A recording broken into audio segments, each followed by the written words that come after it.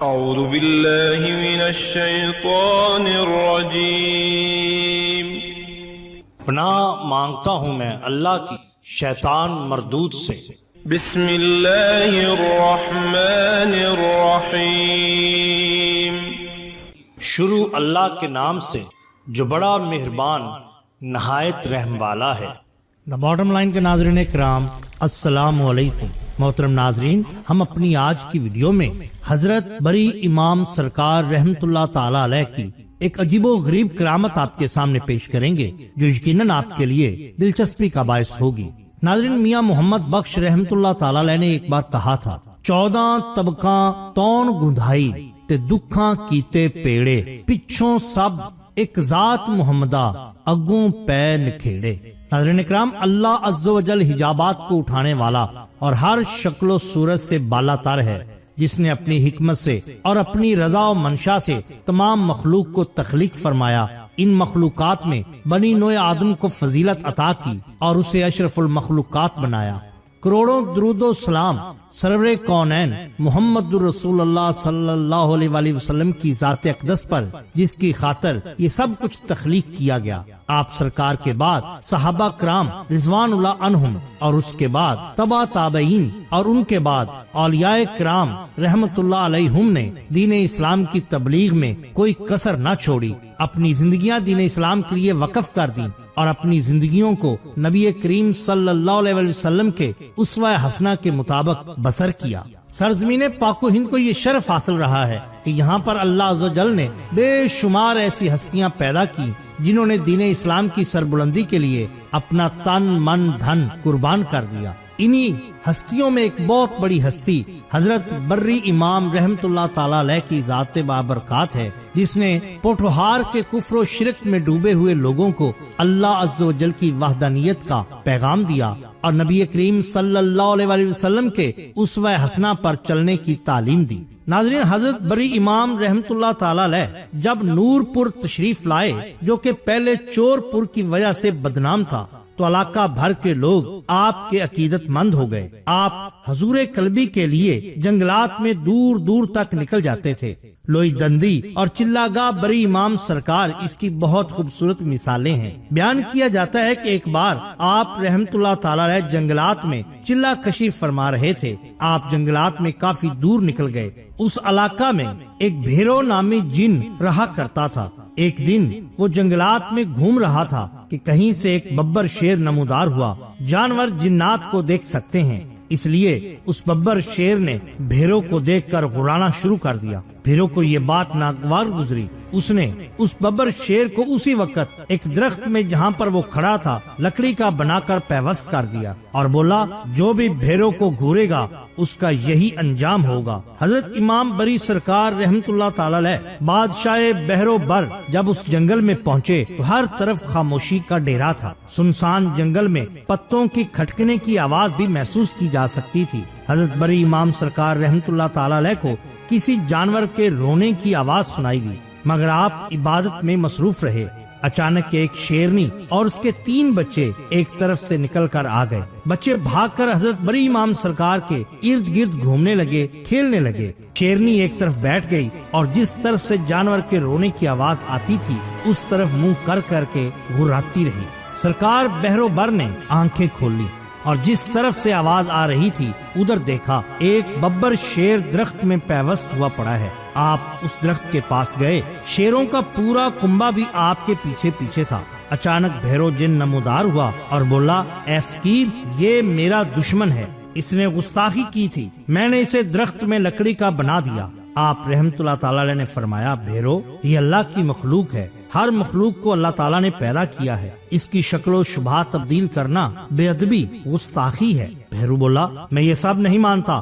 حضرت نے پاس پڑے ہوئے کنکر کو اٹھا کر بھیرو پر پھینکا اور کہا، اچھا تو پھر تو بھی بن جا پتھر، اسی پتھر کی طرح۔ یہ کہنا تھا کہ بھیرو پتھر کا بن گیا۔ وہ پتھر بنا آج بھی بری امام سرکار رحمت اللہ علیہ کے پہاڑوں پر موجود ہے۔ آپ رحمت اللہ تعالی علیہ نے اس کے بعد درخت پر ہاتھ پھیرا، شیر باہر آ گیا۔ شیروں کا پورا خاندان حضور کے قدموں میں گر گیا۔ تب سے لے کے آج تک نہ تو کسی شیر نے دربار پر حملہ کیا اور نہ ہی زائرین پر۔ وہاں کے لوگوں کا ماننا ہے کہ آج بھی اگر آپ کبھی ان پہاڑوں یا جنگلات میں بری امام کا نعرہ لگائیں تو جنگلی جانور جو بھی وہاں موجود ہوگا وہاں سے دور چلا جائے گا، کیونکہ یہی تو شان ہوتی ہے اولیاء اللہ کی۔ ناظرین، حضرت پیر زندہ شاہ غازی، جن کو میرا بھی کہا جاتا ہے، آپ کی جائے پیدائش اور سال پیدائش کے بارے میں تذکرے عام طور پر خاموش ہیں۔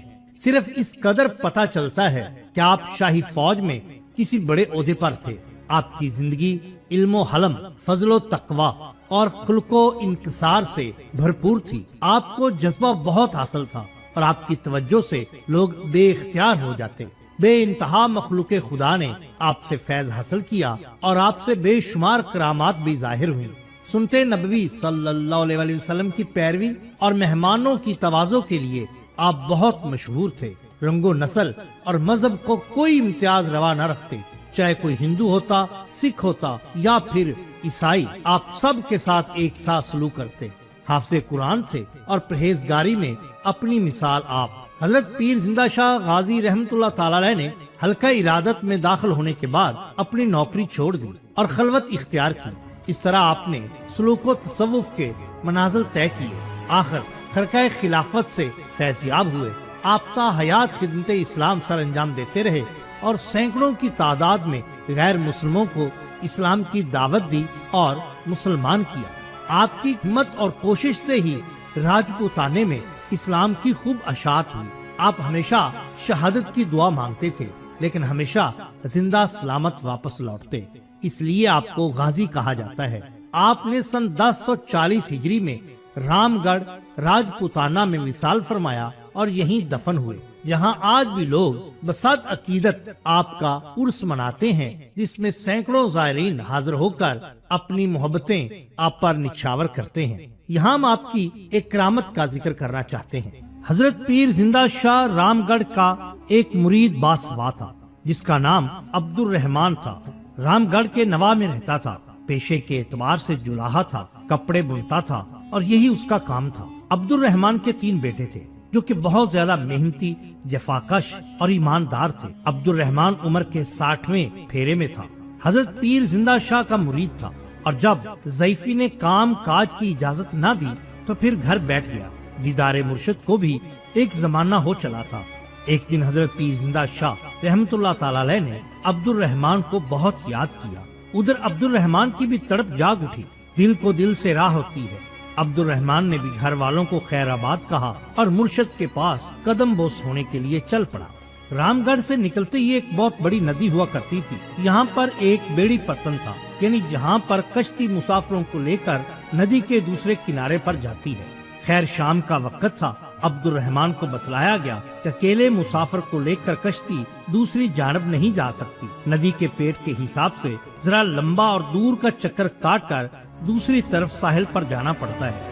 رات کے اندھیرے میں روشنی کا بھی خاطر خواہ انتظام نہیں، لیکن عبد الرحمان نے ہاتھ جوڑ کر ملا سے عرض کیا کہ جس طرح بھی ممکن ہو اس کو ندی کی دوسری جانب پہنچایا جائے، کیونکہ اس کو اس کے مرشد نے بلایا ہے۔ عبد الرحمان کی منت سماجت کو دیکھ کر ملا نور احمد نے اللہ کا نام لے کر کشتی کو ندی میں اتار دیا۔ اندازہ سے سمت کا تعین کر کے کشتی محو سفر تھی۔ اچانک عبد الرحمان نے پانی میں ہلچل محسوس کی۔ یہ ہلچل تیز ہوتی جا رہی تھی۔ پھر جو کچھ ان لوگوں نے دیکھا ناقابل بیان تھا۔ ایک بہت بڑی افریت، یعنی ایک سمندری بلا جس کا منہ کسی ڈریگن کی مانند تھا، جسم مگرمچھ اور دم مچھلی کی طرح، دونوں لاچار تھے۔ اچانک اس سمندری بلا نے جو دھکا لگایا تو عبد الرحمان کشتی سے پھسلا اور پانی میں جا گرا۔ ہر طرف پانی ہی پانی، اندھیرا، سمندری بلا۔ عبد الرحمان کی موت یقینی تھی۔ مرتے وقت کیوں نہ مرشد کو یاد کیا جائے، عبد الرحمان نے سوچا۔ اس طرح اس نے کلمہ شہادت پڑھا، اللہ سے مغفرت اور دعا مانگی، اور پھر منہ سے نکلا، یا پیر زندہ شاہ مدد، یا پیر زندہ شاہ مدد۔ اتنا کہنا تھا کہ عبد الرحمان کو، جو کہ تقریباً سمندری بلا کے جبڑوں میں پہنچنے ہی والا تھا، اسے ایک ہیولا سا دکھائی دیا، ایسے جیسے پانی پر کوئی موجود ہو اور اس کی طرف ہاتھ بڑھا رہا ہو۔ عبد الرحمان نے ہاتھ آگے کر دیا۔ اتنا کرنا تھا کہ اس کو ایسے لگا جیسے کسی نے اس کو کھینچ کر پکڑ کر کشتی پر دوبارہ بٹھا دیا، اور وہ سایہ آہستہ آہستہ مدھم ہوتا گیا۔ یہاں تک کہ غائب ہو گیا۔ عبد الرحمن اپنی منزل پر جا پہنچا۔ جیسے ہی حضور کی خدمت میں حاضر ہوا تو دیکھا کہ آپ سرکار رحمت اللہ تعالیٰ علیہ کی آستینیں پانی میں بھیگی ہوئی ہیں۔ عبد الرحمن نے پوچھا حضور آپ کی آستینیں گیلی ہیں؟ فرمایا ابھی تو تمہیں نکال کے آیا ہوں۔